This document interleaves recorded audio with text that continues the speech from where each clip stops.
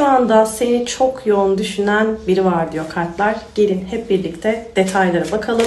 Beğenen, takip eden ve yorum yapan herkese niyet ediyorum ve enerjimi sadece sana odaklıyorum. Özel bakım için bana yazabilir. Bu kolektifi 3 arkadaşınla paylaşabilirsin. Gelen kart enerjisine baktığımda kartlarda bize diyor ki toprak ya da su elementine yakın bir kişidir bu kişi diyor. Hatta şuraya da isim ve harfleri yazacağım. Senin için buradan da bakabilirsin. Enerji alanına baktığımda karşı tarafla şu anda iletişim şekliniz verimli değil ya da böyle uzaklaşmışlar. Çünkü bu uzaklaşmanın içerisinde küslük var diye ifade etti. Ama karşı taraf kendini geri çekmiş olabilir ve güzel giderken geri çekmiş olabilir diyor.